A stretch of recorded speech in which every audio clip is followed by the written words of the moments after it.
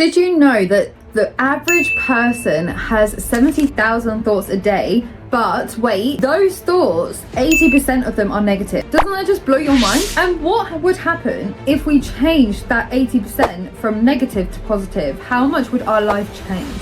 Well, today I'm going to give you the exact insight of how you can do this, and also how to refrain from getting in that negative loop and negative self-talk that's gonna negatively affect your relationships, which ultimately is not going to bring you the fulfillment you truly deserve in your life. If you don't know me already, I'm Annie. I talk everything to do with how to create the life you truly desire, and help you gain the confidence within yourself to go out there and go get the things you truly want. If you watch to the end, I will give you a juicy little tip on what helped me in my personal life that has changed my perspective on so many things. Let's do a deep dive on the things a lot of people don't want to talk about, which is how are you talking to yourself?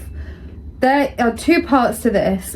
Part one is we need to be aware. We need to be aware of our thoughts, our body language, our relationship with our body, how we treat ourselves, how we show up for ourselves, and self-care. But also the conversations you're having with yourself is ultimately going to make or break your relationships. And that is point blank. I'm going to make it as black and white as possible. If you are not talking to yourself in a manner that is warm, nice, approachable, really from a place of self-care and self-love, you are going to cripple yourself into the ground and not achieve anything you want in your life. Can I get an amen? Thank you so much. Let's get real with this. When we're with someone who is just taking all our energy or is projecting so much shit to you, you want to refrain. You don't want anything to do with them, right? So why do we stick around or let that negative self-talk stick around within ourselves? We're living and breathing that in ourselves, and that is just a toxic trait. It's like having a toxic friend that is always trying to leech off of you, and you are just allowing it, and it's inside of you. Like, we need to get that out. We need to let that go, because if you aren't, that is what's going to stop you from achieving majority of things in your life. So if you're having thoughts like, why am I so stupid? Why have I just done that? Why does no one love me? Why does no one want to spend time with me? It's like toxic. I'm sorry to say, but it is toxic. And if you are having those thoughts, you're ultimately creating insecurity within yourself. And if you're creating insecurity within yourself, how are you going to expect to attract the right people in your life?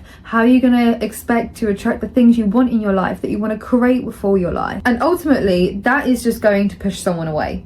If you are talking to yourself in that way, you're going to push against it. You're going to create resistance in yourself. So you've got these two parts of you that are like nagging, and then like, oh no, but that's not and can you see the resistance that's going on here? Like, we want to avoid that as much as possible. So what you can do to avoid that is plain and simple. And it almost feels like we've been scammed in pure daylight when I give you this. And it's when we notice something that is negative in us, I want you to pause. And I want you to notice it and give it a voice. And when it's spoken and it's had its little tantrum inside, I want you to visualize this thing. So when you are breathing, I want you to have this pause, breathing in through your nostril. So you breathe in, and you're breathing in what you can imagine as the goldest gold you've ever seen. Like, more than this gold in the background, right? Breathing that in. And as you breathe out, I want you to imagine blowing out some birthday candles. Now stick with me on this. So you're going to go, and when you blow out, it's like really powerful, like bang. Then when you've done that, the second breath in, you're going to breathe in that gold light again. Then on the second exhale, I want you to visualize you going down a slide. Stick with me on this. When you are going down this slide and you're visualizing, what do we naturally do? We go, ah, right? Like, wee, like, ah. That is the energy you want